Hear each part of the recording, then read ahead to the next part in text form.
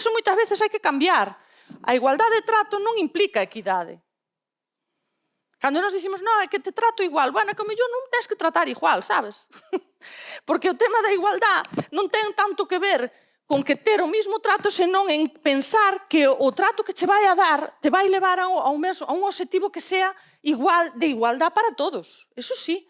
E o mellor, por eso se entende, de aí o vídeo da educación inclusiva. De aí a necesidade de que, cando as persoas teñen especiales necesidades, hai que darlle un trato tamén diferencial para poder adaptarse a ter esa equidade. Polo tanto, trato igualitario non... Trato igualitario, a ver, depende. Porque a perspectiva de xénero, de feito, nos di o contrario. Nos di precisamente que é o que temos que repensar. Por iso a coeducación é tan difícil de desmontar nas aulas. Porque temos que tomar primeiro conciencia de que para poder chegar a isto, ao mellor hai que distribuir, hai que poñer 2 escalóns aquí. Non un, hai que poñer 2. Porque resulta que este é máis baixiño.